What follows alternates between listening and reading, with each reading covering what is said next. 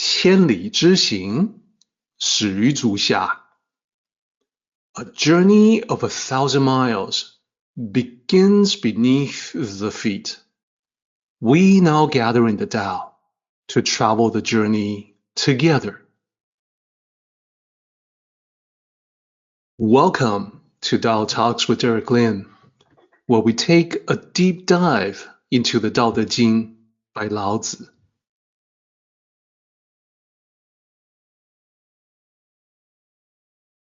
I would like to extend a warm welcome to you. Thank you for joining us.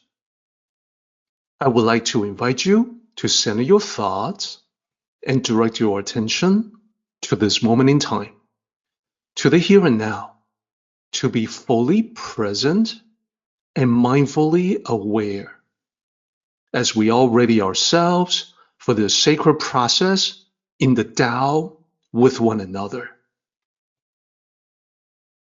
So now, without further ado, let's get started with Tao Te Ching 20.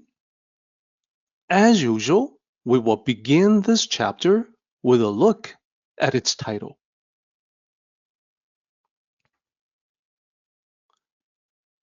Here is the chapter title for 20, Nourishing Mother. As always, chapter title composed of 3 characters. The first character, the one to the left, 食, has multiple meanings depending on the context. As a verb, it means to eat, to consume a meal, to nourish the body. As a noun, it means food, nourishment, sustenance. Here, it is actually an adjective, not a noun, not a verb, and it means nourishing or sustaining. This usage appeared only in ancient text. Using this character as an adjective is no longer part of modern Mandarin. So that can, of course, cause some confusion. The second character, the one in the middle, mu, means mother. Here, in this context, it is a specific reference to the Tao as the nurturing life force that feeds all living things. In other words, the Tao as the mother of the myriad things. Now, of course, we know the Tao is beyond gender. It is neither male nor female. At the same time, it is inclusive of all possible genders and no gender at all. However, because of the life-giving nature of the Tao, when the ancient sages looked around, they saw the profusion of life out in nature. So the Tao and life reflect one another, and this we can see in the miracle of giving birth.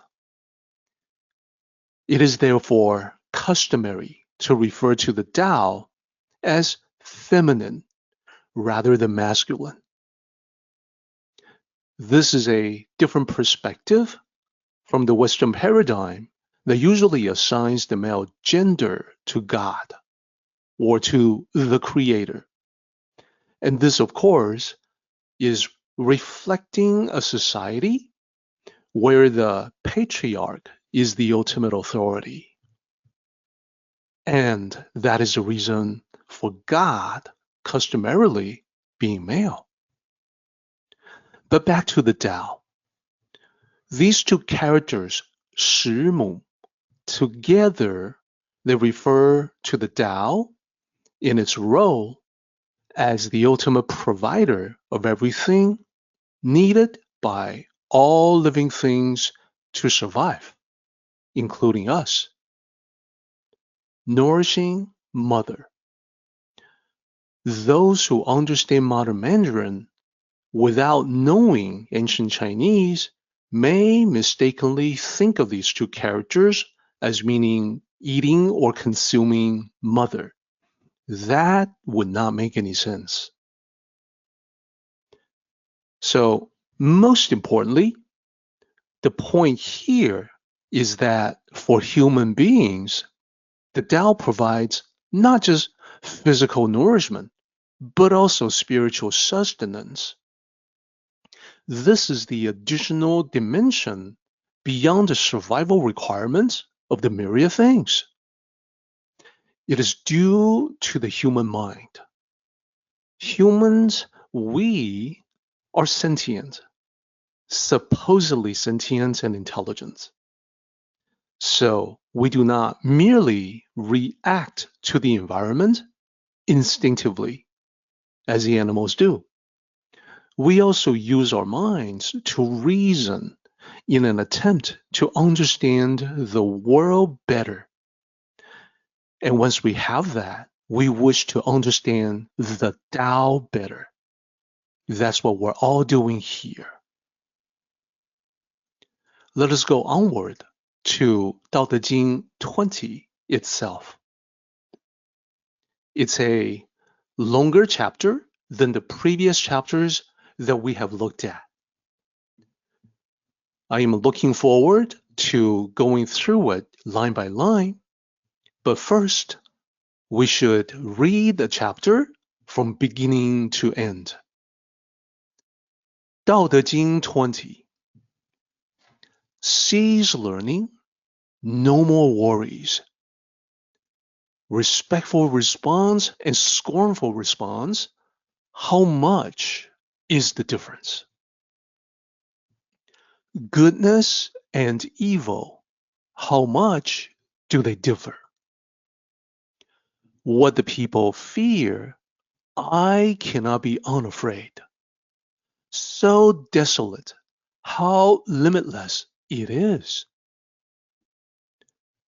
The people are excited, as if enjoying a great feast, as if climbing up to the terrace in spring.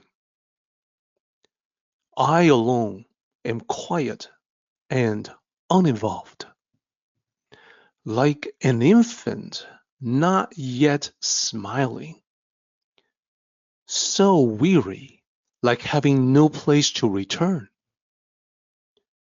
The people all have surplus, while I alone seem lacking. I have the heart of a fool indeed, so ignorant. Ordinary people are bright. I alone am muddled. Ordinary people are scrutinizing. I alone am obtuse. Such tranquility, like the ocean, such high wind, as if without limits. The people all have goals, and I alone am stubborn and lowly. I alone am different from them and value the nourishing mother. As I said, a longer chapter than the ones that we studied previously. The last few chapters were not quite this long. There is a lot here to talk about. At first glance, we can see this is mostly Lao Tzu talking about himself. Specifically, he draws comparisons and contrasts between how he is and how people are. Before we get into all that, we should start by analyzing the sections that we can identify in this chapter. What we typically do is we scan through the Chinese characters And even without knowing Chinese, just visually, it is possible for us to identify the characters that repeat themselves from one line to the next. And in looking for the pattern in the original text, the first thing I would like to draw your attention to is the repetition between line 2 and line 4. If you take a look, the middle characters of line 2 and line 4 are the same. Let me mark them out for you so it's easier and clearer to see. Now, the meaning of these two characters in the middle is to compare the first character with the last character. In line 2, it is comparing a positive response against a negative response.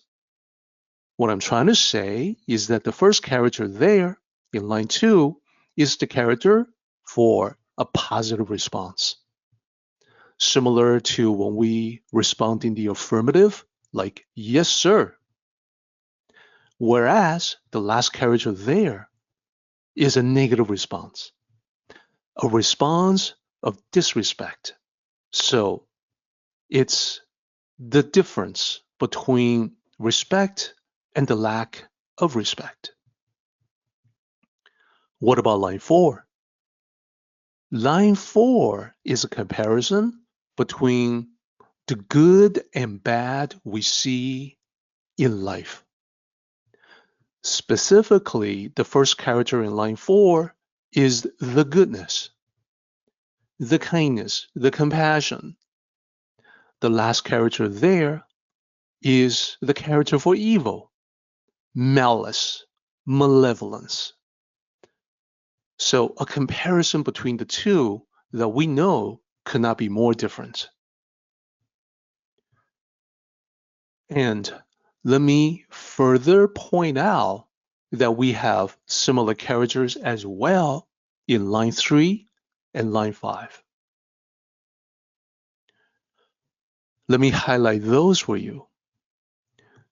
Each comparison, the one in line 2 and the one in line 4, each comparison is followed by a question. And the question is, how different are they? And these are intended to be questions for us to ponder, to reflect on when it comes to life. So we will delve into them in greater detail in the line-by-line analysis. The most important thing to keep in mind for now is that these lines are meant to point out how things can seem different on the surface, but be similar in essence, or conversely, how things can seem similar on the surface, but then be actually very different underneath. That second point there is the important thing. Ultimately, it will make the main point that despite the surface level similarities between Tao cultivators and most everyone else, there are some fundamental basic differences in the way they think. For now, let's just look at the structure that we see here, a poetic structure consisting of 4 lines. So what I'll do here, I'll use a thin line between 1 and 2 and a thin line between 5 and 6 to mark off a section, because these 4 lines are actually a subsection embedded into the first section. To jump ahead a little bit, this particular chapter has 2 main sections, 1 and 2, the upper half and the lower half. Each one of them contains subsections. So this is how we identify the first subsection that we see. The first section leads into the second section, which is all about Laozi comparing himself against most people. How do we discern the second section, where it begins and ends? Well, we know that it ends at the bottom, at the very last line of this chapter. Where does it begin? In order to see that, we need to look at all the lines below what we're looking at now. And when we scan through those lines below, there are two characters that stand out. They're not always in the same place in the line. Sometimes the two characters are at the beginning of a line, and sometimes they start in the second position. I am referring to these characters that you see here. 我獨. You can see that it's the beginning of the line for 11, 18, 20, and 25. But for lines 15 and 24, those two characters start in the second position. Nevertheless, it's a valid repetition that gives us clues about how this particular chapter is structured. They appear 6 times, and the first of the two characters, 我, that is the character for I. In Chinese, this is one of the two ways to express me, myself, and I. 我, this character, is still in common usage today. In modern Mandarin, every day you will hear people use this character. The other one, not as common. The second character here, 獨, means the only one, that you are unique and alone. Together, 我獨, these two characters mean I am the only one. And if you look at the right side of the slide, you can easily see they are all translated the same way. I alone. That is how Laozi describes the ways that he is different from most people. And my commentary here is that as you explore Tao philosophy for yourself, this is also something that you will notice over time. The more you learn about the Tao, the more you can see it is a deeper kind of wisdom about life. It will make a lot of sense. It will give you insights that other people cannot quite perceive or cannot quite get for themselves. And that is the issue. What you perceive and think about will depart from what others assume or accept as the norm in society. Your perspective will shift, and you can still understand how other people think because you used to think like them.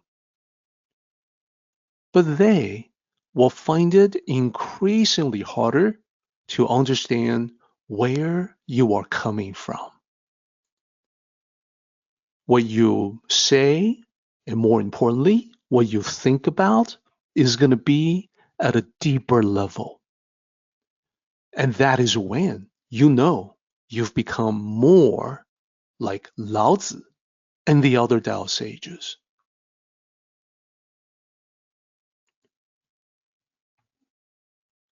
So now that we see I alone, there is another key repetition to notice. Let me mark them out for you and then explain what they mean. So above each instance of 我獨 I alone, there is a reference to people, meaning most people, ordinary people, the mundane people, the people out there. So I've made it look different by circling it. And you can see that it's translated in a couple of different ways because it's written in two different ways. Line 8, 14, and 23, they're all translated as the people. 众人, it just means everybody. Here, specifically, it means most people, the vast majority of the people out there. But then the usage is a little bit different in 17 and 19. 俗人, ordinary people, mundane, conventional people. The meaning is the same, but the expression is a little bit different. So this is the structure. This is why Lao Tzu wanted to describe how people are and then point out how he is to remark on the difference. And that's why people always precedes I alone. So this gives us a way to easily identify where the first section ends and the second one begins. The dividing line is right in between line 7 and 8. And now we can see the structure. From 1 to 7, it's a preface talking about the difference. In line 1, we have the overall thesis that connects learning to worries. Line 2 to line 5, we have the questions from Lao Tzu. And in 6 and 7, we have the Tao perspective on similarities and differences. Everything below line 7 are comparisons between people, the vast majority of the people in the world, and Lao Tzu himself. Lao Tzu representing the rare cultivator of the Tao. And by the way, if you are listening to the sound of my voice, you too have become a rare cultivator of the Tao. There aren't many out there like you. Now, we can understand this even further by noting that in the second section, the one below the thicker line, it's actually divided into 5 main points or 5 subsections.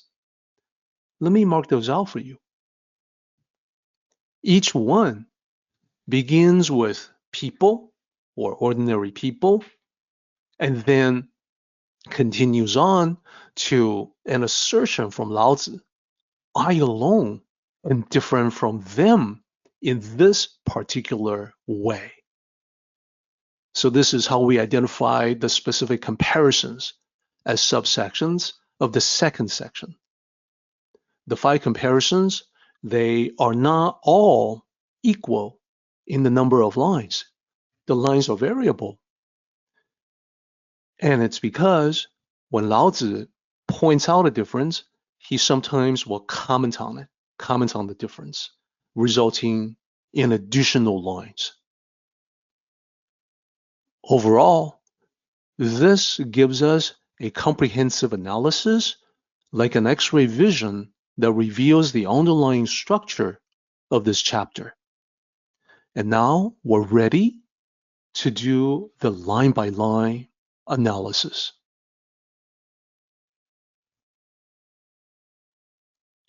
Line 1, cease learning, no more worries. Right off the bat, the thing to point out is that when we talk about cease learning, no more worries, it is actually a concept that I know may seem odd to people who are not familiar with authentic Tao traditions. Is it not a good thing to learn? What are we doing here if not to learn? Why should we stop learning? Isn't it ironic that in a group, in a gathering, a Tao meeting like this one, that we should talk about stop learning? Well, here's the explanation.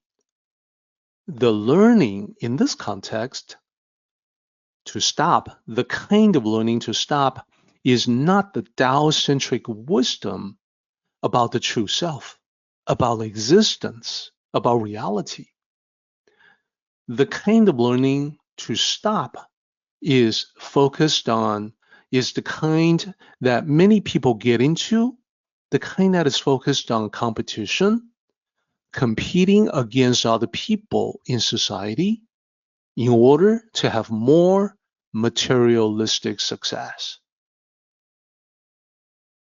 And when we look at the world today, we can see this is exactly much of what we call learning nowadays. In education, we have seen how many parents will push their children to go into, for instance, like a pre-med program, perhaps pre-law, or maybe get a degree in engineering or accounting. Basically, it's whatever the parents think will ensure a good income for the future of the children. So, learning for the sake of materialistic gains, Lao Tzu says, let's put a stop to that. That's not the primary intent for learning. It's not to make more money or to get a higher position. It's beyond that. It's greater than that. And the problem is that we can get into trouble when we learn without the Tao. This is a concept that follows from the previous chapter, chapter 19. Look at the first two lines from Dao De Jing 19. Line 1 says, and sagacity, abandon knowledge. So here, in this line, the first two characters, cease learning, they correspond to line 1 from chapter 19. And it points to the pretentious wisdom, static book knowledge, the false kind of knowledge, not Tao-centric knowledge or Tao-centric wisdom.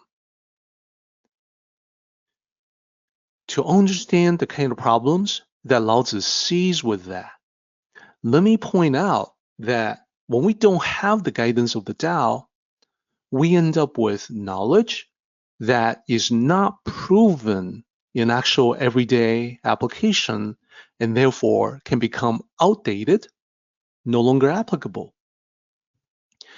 This is especially true today because we know our world has changed a lot and it is still changing.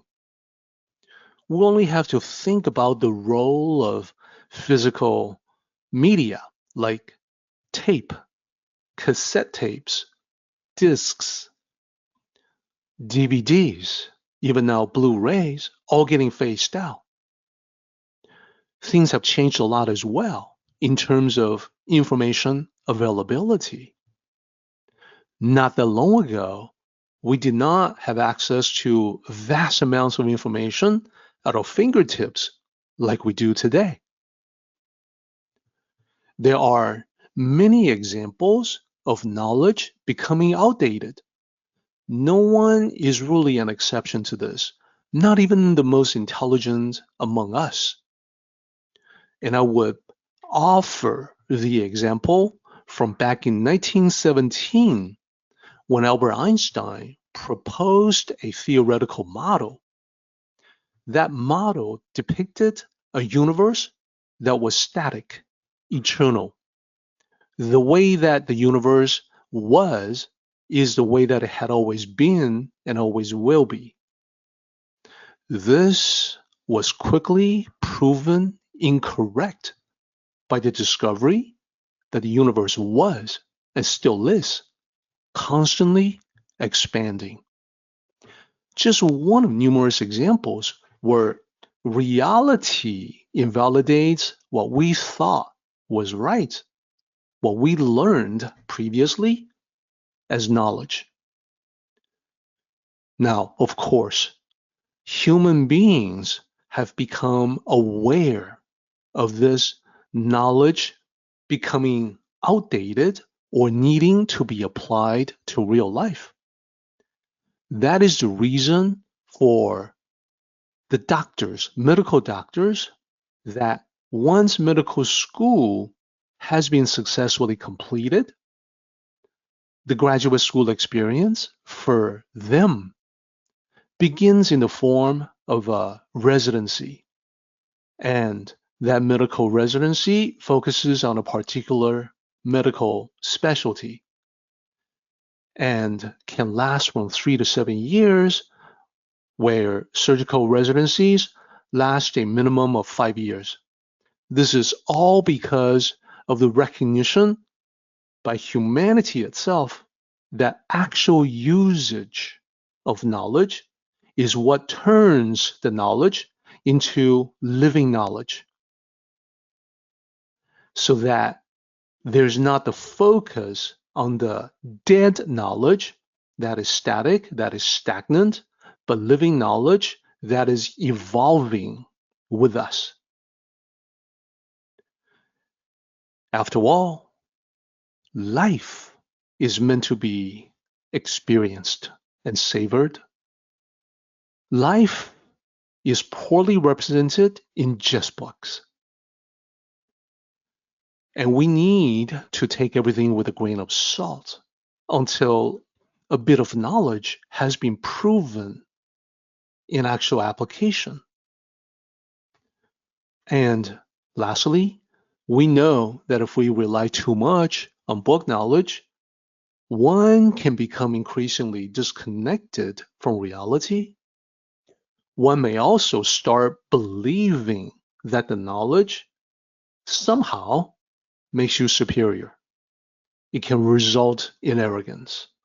So we need to be especially careful, and we can see plenty of justification for Lao Tzu to say, cease learning. Then Lao Tzu says, no more worries. 无忧, no more worries. These two characters correspond to line 2 from chapter 19.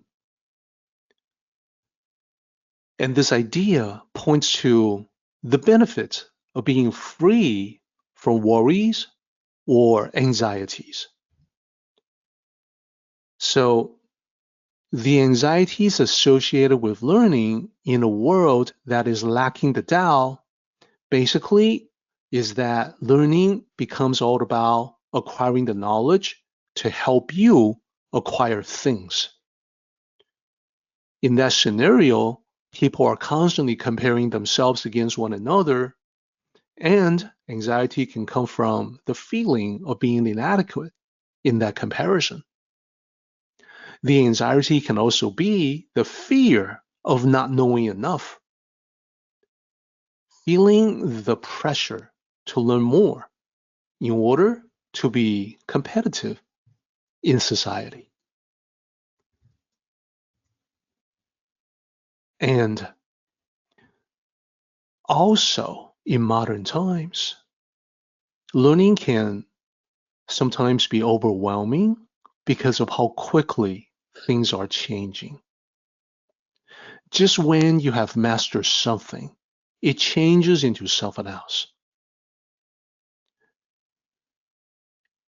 For instance, a driver may master stick shift driving, but then all the cars switch to automatic gear shifting.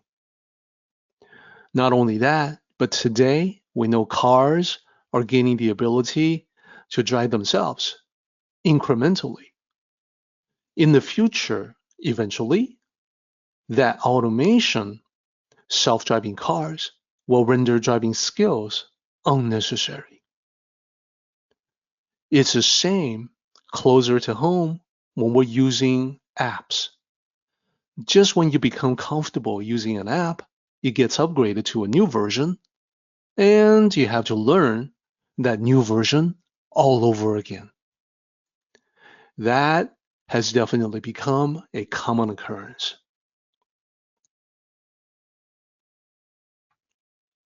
Let's go to the next line. Respectful response and scornful response. How much is the difference? So I mentioned that the middle two characters draw a comparison, and it's comparing the first character with the last character. So the first character there is the affirmative response with a positive attitude. As I mentioned, it is very similar in English to when someone says, yes, sir, or yes, ma'am. Very positive, affirmative, with respect. The last character there is a disdainful or uncaring response with negative attitude. So in English, it is most similar to when people say, respond with, yeah, whatever, uncaring, negative attitude. Now, in our daily interactions with other people, we hear both kinds of responses. And when we respond to others, we ourselves, we've also given both kinds of response. Sometimes we say, yes, sir, yes, ma'am. Other times, we're more like, okay, yeah, whatever. Now, the question is this: how do we react to other people and vice versa? In observing interactions among people, the Tao sages have noted that even though these are all different ways to communicate, it's all human communication, the response, the reaction to this kind of response can be drastically different. And that is the next line. Line 3, how much is the difference? We know both kinds of response are common. They take about the same time and effort to utter. So the difference in reaction can be drastic, like night and day. So the positive response can be part of a harmonious relationship. Indeed, this kind of response is crucial to harmonious collaboration, teamwork, partnership. You do your part, I do my part. We work so well together. Yes, sir. Yes, ma'am. Now, the negative response can definitely be seen as insincere and disrespectful. Indeed, the lack of respect can be the source of contention. What I mean is, when somebody responds with, yeah, whatever, it can be followed by further exchanges of escalating tension. We have all seen it.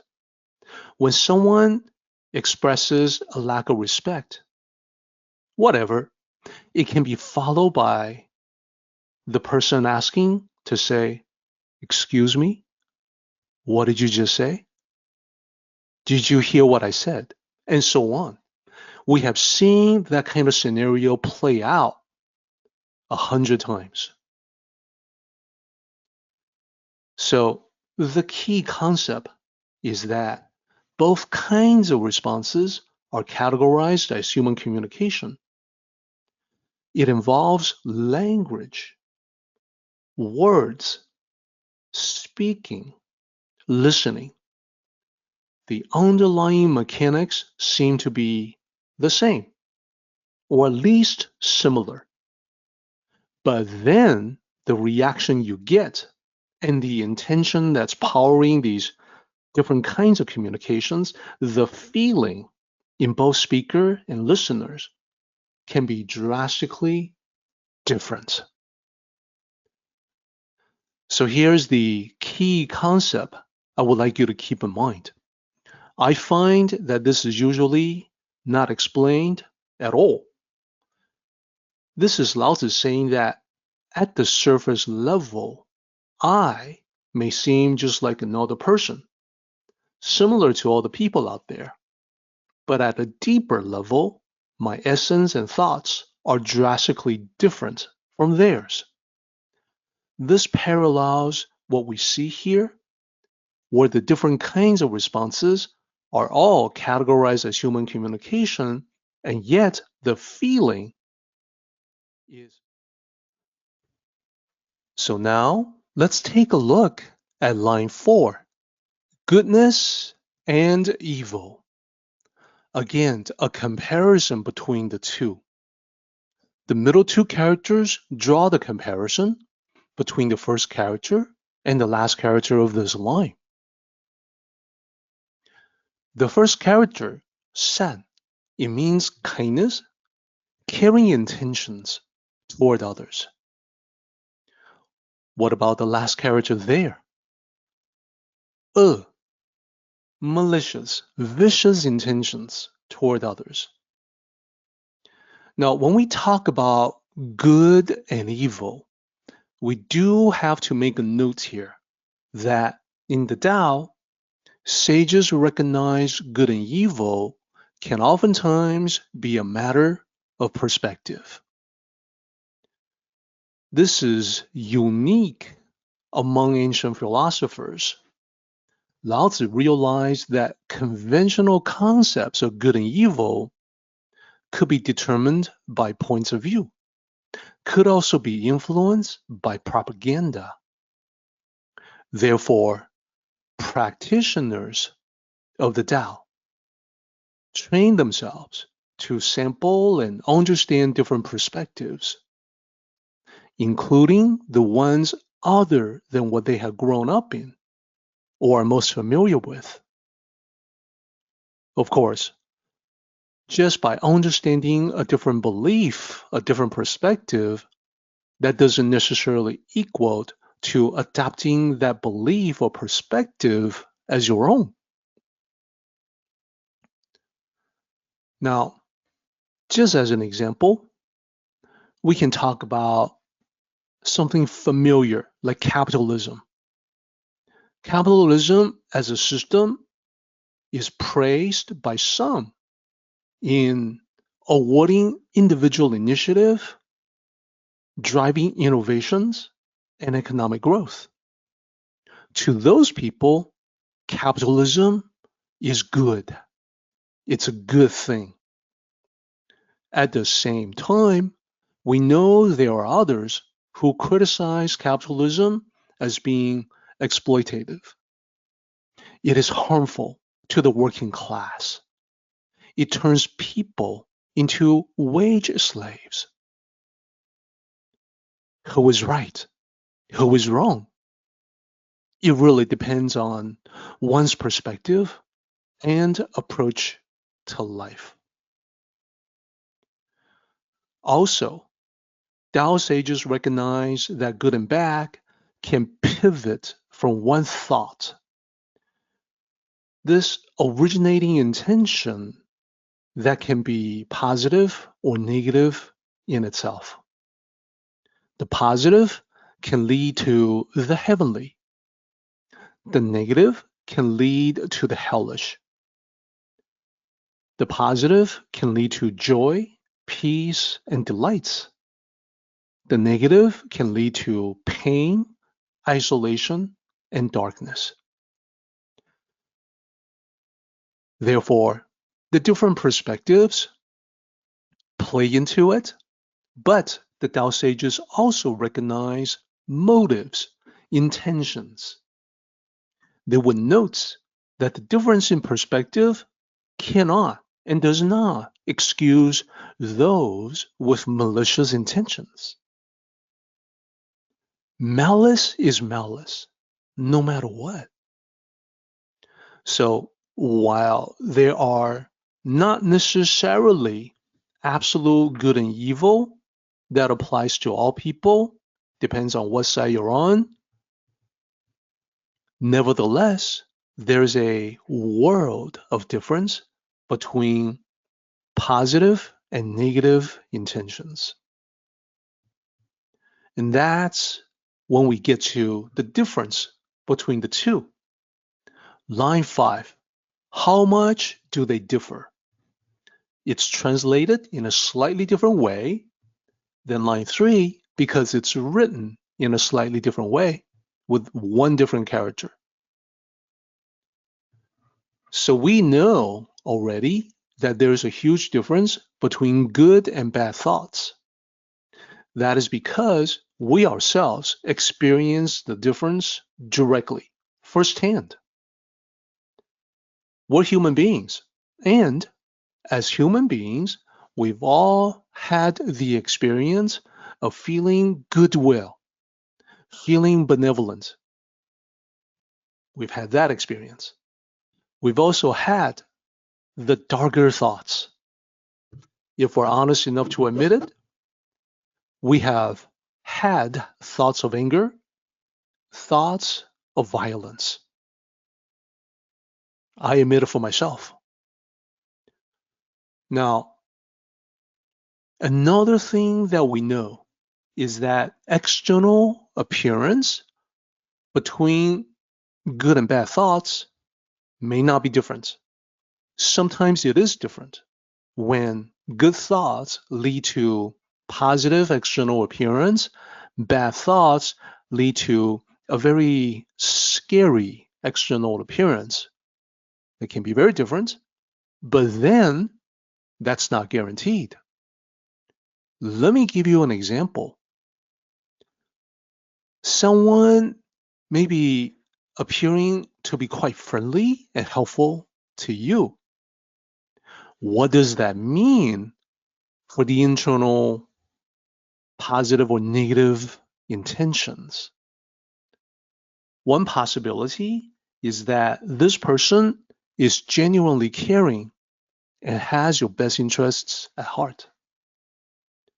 We can't discount the other possibility, which is that this person appears to be friendly and helpful because they're trying to gain your trust before stabbing you in the back.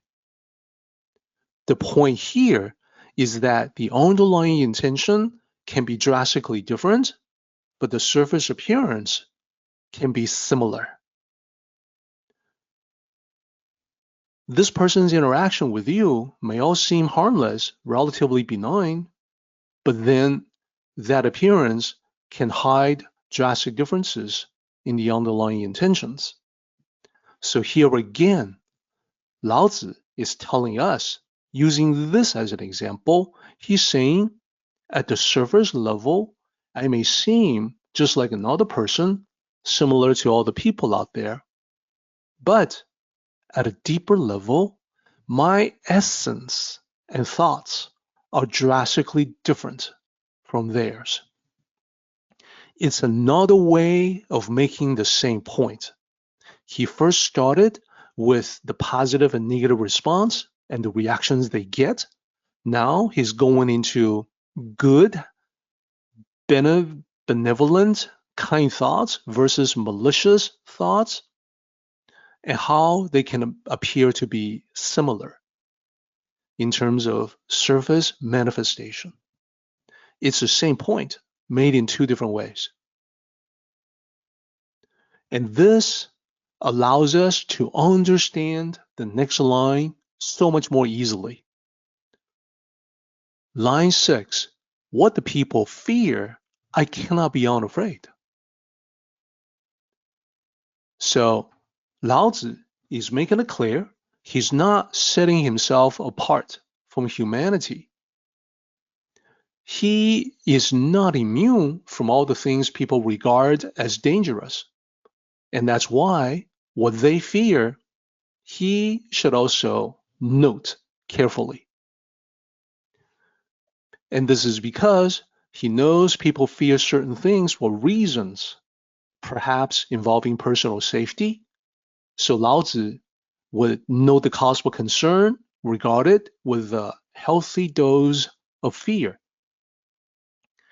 After all, fear is our natural warning system for self-protection.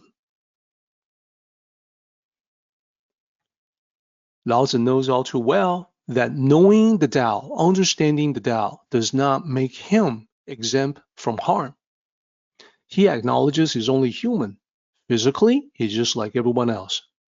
This is also true for you and me.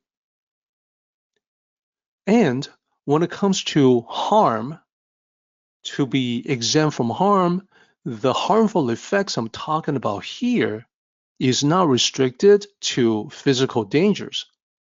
It can be dangerous situations that affect you in non-physical ways.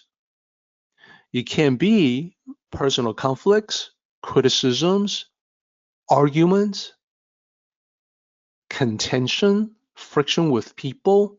It can be physical or non-physical. Life brings about many obstacles and setbacks, sometimes dangers and traps. This idea here about being careful, being afraid, being cautious, covers all of it. It is the reason why Tao sages exercise caution in life. This is something that we have studied a few chapters ago in Tao Te Ching 15. In the middle of that chapter, the ancient masters of the Tao, the masters from antiquity, are described as hesitant, like crossing a wintry river, cautious, like fearing for neighbors. It is expressing the same thing, that they must also be careful. They must also have the appropriate amount of fear for possible dangers to themselves. So in that respect, they are also not so different from people who do not understand the Tao as well as they do, or most people. So at the surface level, bottom line, we're all human beings. And what about at the deeper level? What about internally? Not surface appearance, not the superficial level, but deep in the heart. Line 7 says, so desolate, how limitless it is. This is a remark on the gap, the difference between Lao Tzu and other people. How wide is the gap? How big is the chasm separating him from the rest of humanity? Well, it's pretty big. Despite the similarities on the surface level, Lao Tzu sees himself as being very different within, at the underlying level. So the first character in this line that you see here, like a desolate wasteland, the gap is huge, like this endless desert. And then the middle characters there in the second part of this, limitless, without limits, without boundaries. You see, it's so big, the difference, the huge gap, the difference is so big, there doesn't seem to be a limit. These are basically ways of describing differences that are fundamental in nature. Not a difference in degrees, like having more or less of a quality. That person may be happy, but I'm happier. That's a difference in degrees. Here, we're talking about a fundamental difference, a difference at the basic level. And these differences, these are all in terms of mental paradigm, approach to life. How do we see life? How do we perceive? Do we follow the Tao? Does the Tao guide us? This leads to all the lines that follow that delve into the 5 manifestations, the major differences between most people and Lao Tzu himself. we can learn from that because as we study and cultivate the Tao, we become more and more like Lao Tzu and the other Tao sages. As we become more like them, we become more unlike the rest of humanity. So let's start exploring the first of the 5 major areas of difference, starting with the first one. And this starts on line 8. Line 8 says, the people are excited. So we begin with the first 2 characters, 众人. There's the pinyin. So 众, the first character there, literally it means crowd, a group of people. And the second character there, 人, that's one of the simplest Chinese characters. It just means person, singular, persons or people, plural. Together, it means most people or everybody. Specifically, Lao Tzu in this context is pointing to the masses who are unfamiliar with Tao teachings. It is the same situation today. The vast majority of people in the world are not even aware that such teachings exist. A few of them have heard of the Tao, but most of them have not. So what does Lao Tzu say in this line about most people? We go to the 3rd and 4th characters, which are the same character repeated twice. If you've been following these talks, you know that a repetition of 2 characters, the repeating pattern, is always a way to emphasize. So we don't have a similar mechanism in English. We say that something is big. We don't say it's big, big. We don't repeat the adjective to emphasize how big it is. We just say it's very big.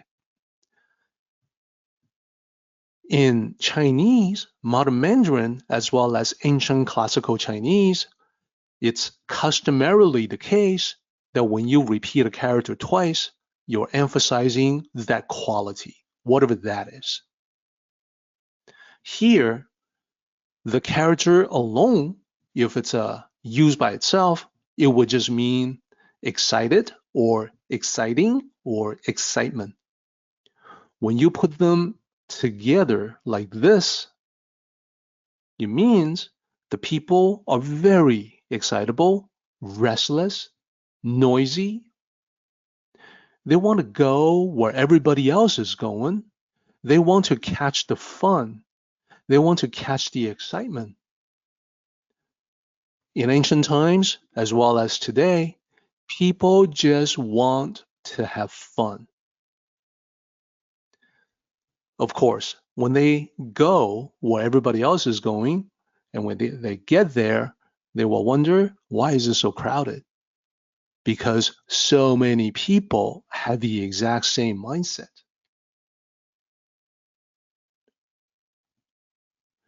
There's more. Line 9 says, as if enjoying a great feast. So we analyze this line starting with the first character, ru. There is the pinyin. The meaning for this character, ru, is like, as if, similar to. And then the rest of the line, 3 characters, it just means attending a feast for a special event, a holiday, or a celebration. With the previous line, it's basically saying that the people are very excited, very noisy, because it is as if they are attending and enjoying this grand feast. In the Tao Te Ching, the language is metaphoric. So when we talk about a feast, it's more than just that. The feast represents physical pleasures in general. So there's definitely the pleasure of consumption, eating food, but then there's also other physical sensory pleasures, stimulations as well. And that's not all. Line 10 says, as if climbing up to the terrace in spring. So the first character there is the same as the first character in line 9. The meaning is the same, as if, similar to, like. Let's take a look at the 3 other characters of the line. The first character there means spring. The second character is to climb, and the last character is terrace. Climbing to the terrace up on top the mountain was a popular activity when weather warmed up in springtime. This was true thousands of years ago, back in the days of Lao Tzu, still true today. Now, just like feast is abstracted to cover all physical pleasures and stimulations in general, the same thing happens here. This is the Tao Te Ching, everything is metaphoric. The meaning of the climb has been abstracted and generalized to cover the following. Sightseeing. And this is basically today represented by tourism. Social gatherings. Note that we gather together in many different ways to socialize, to network, to meet people. If there is a group in your local area that'll get together every now and then to go on a hike together, that would be a most similar scenario to the spring climb to reach the terrace up on the mountain. As far as other kinds of social gatherings, it can be friendly poker games with buddies to conventions that you attend and everything in between.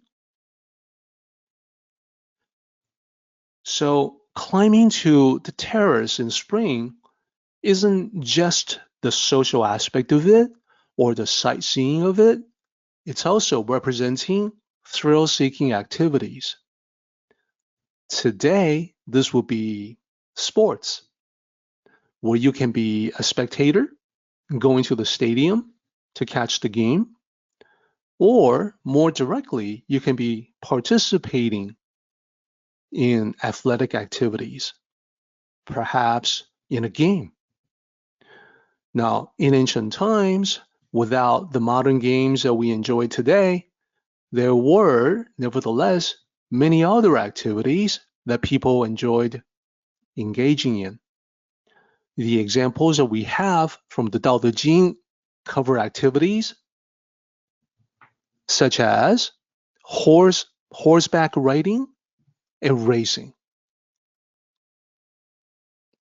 So the bottom line is, these are the activities that people flock to. It reflects the constant need that people have for excitement, entertainment, and physical enjoyment, physical stimulation, like eating and drinking.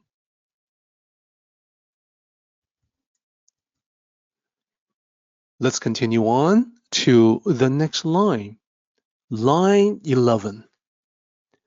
This is where Lao Tzu switches gear to talk about himself. He has described how people are: excitable, socializing, engaging in activities, parties. But what about himself?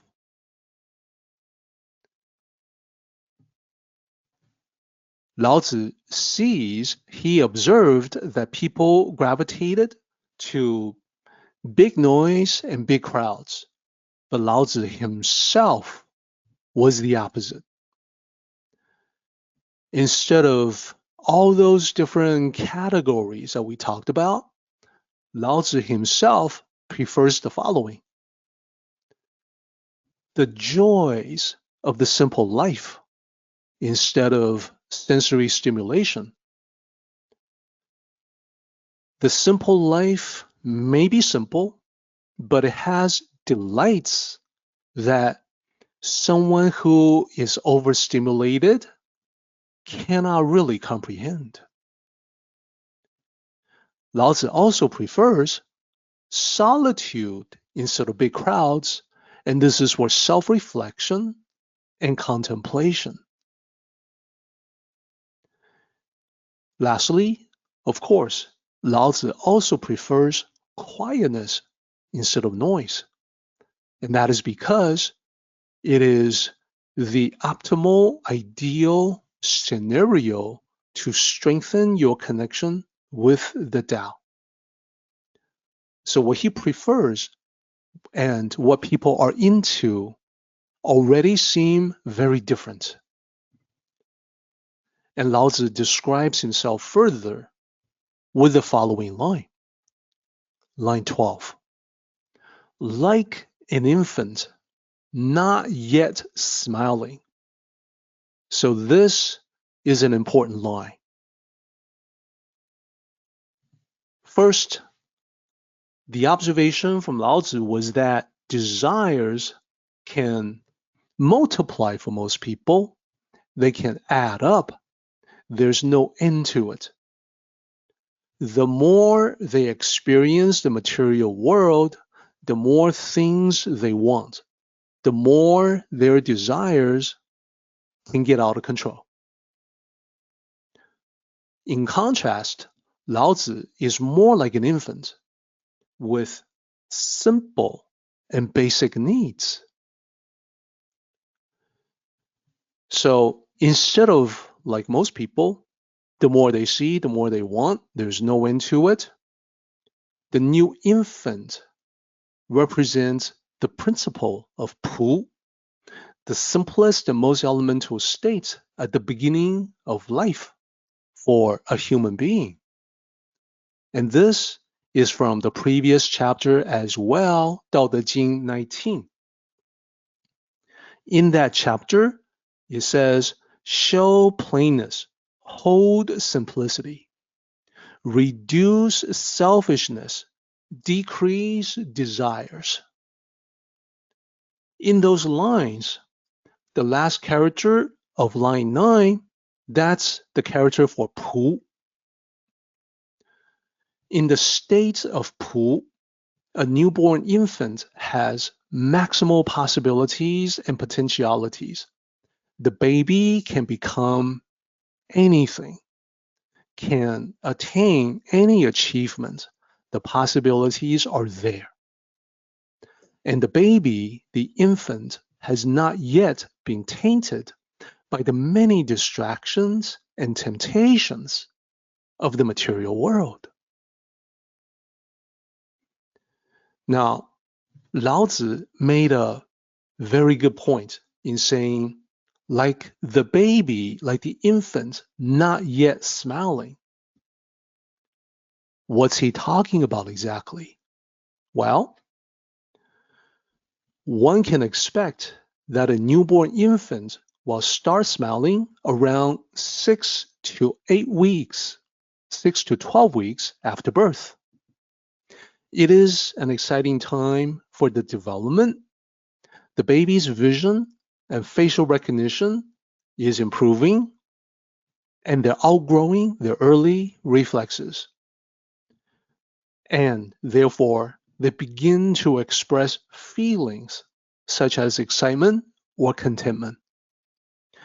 There's a pure delight in that expression, but Laozi is basically pointing out that even before that, even more primal, even more pure is the state of the infant before the 6 to 12 weeks when they start smiling.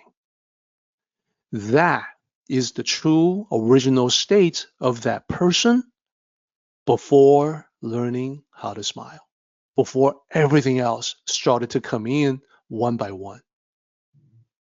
So that is how Lao Tzu compares himself, not that he's an infant, but that in his mind, he has worked toward and cultivated the primal state of being before all the stuff comes into the mind from the material world.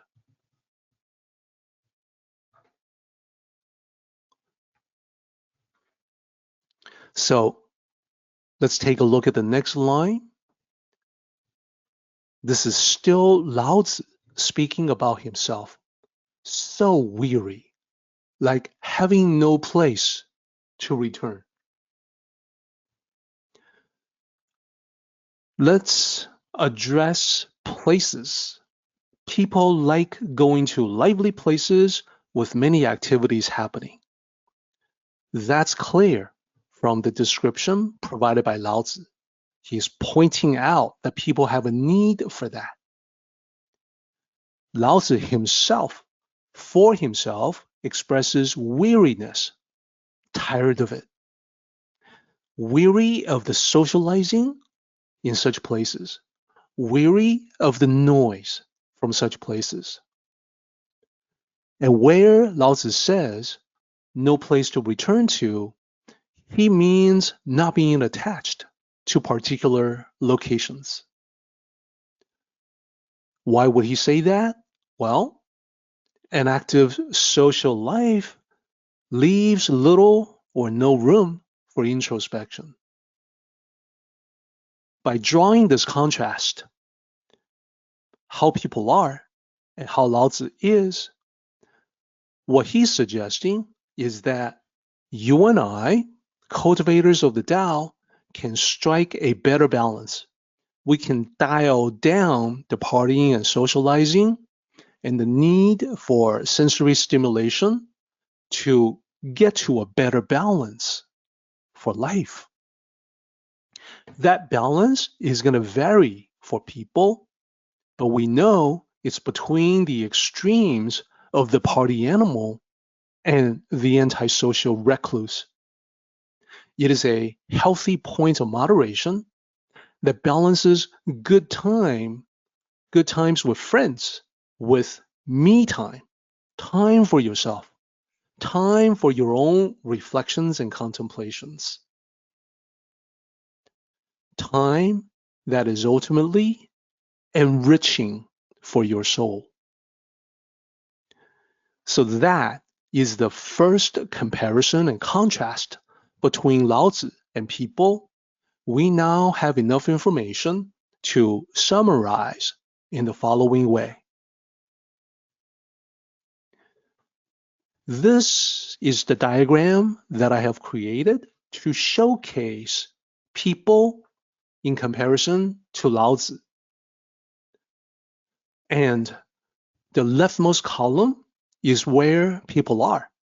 The middle column is how Lao Tzu describes himself.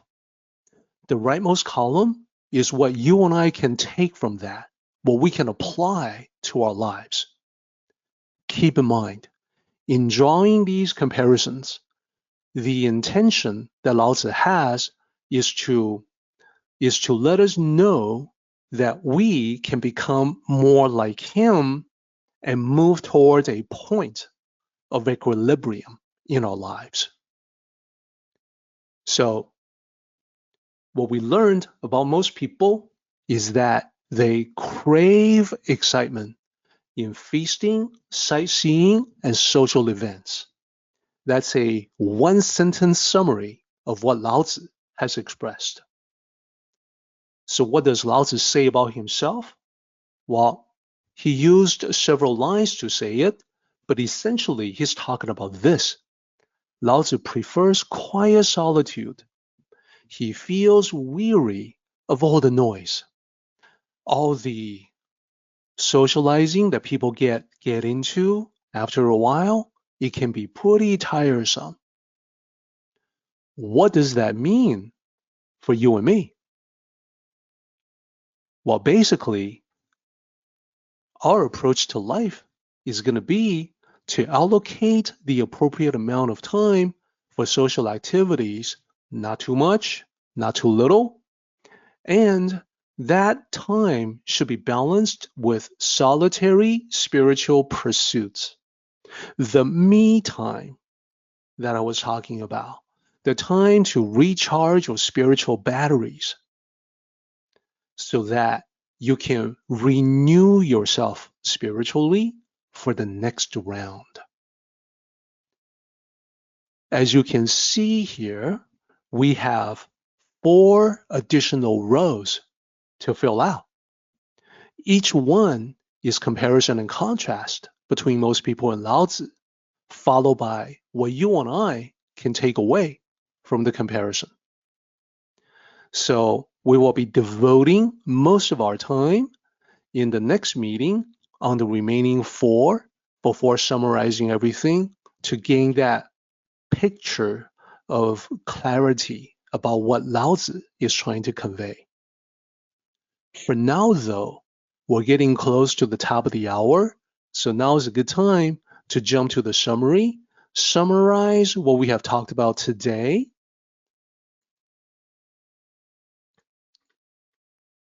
before we move on to the week.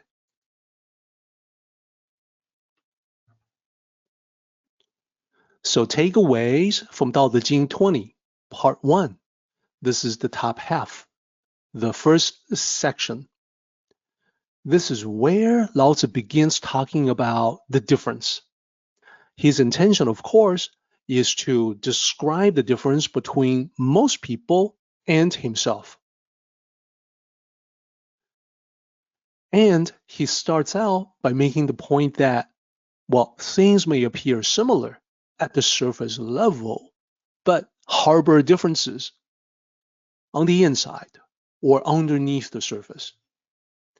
The first example that he used is that different kinds of response result in different reactions. Even though it's all words being spoken, the reaction can be drastically different. And he also then talked about the difference between benevolent thoughts and malevolent thoughts, positive and negative, kindness and cruelty.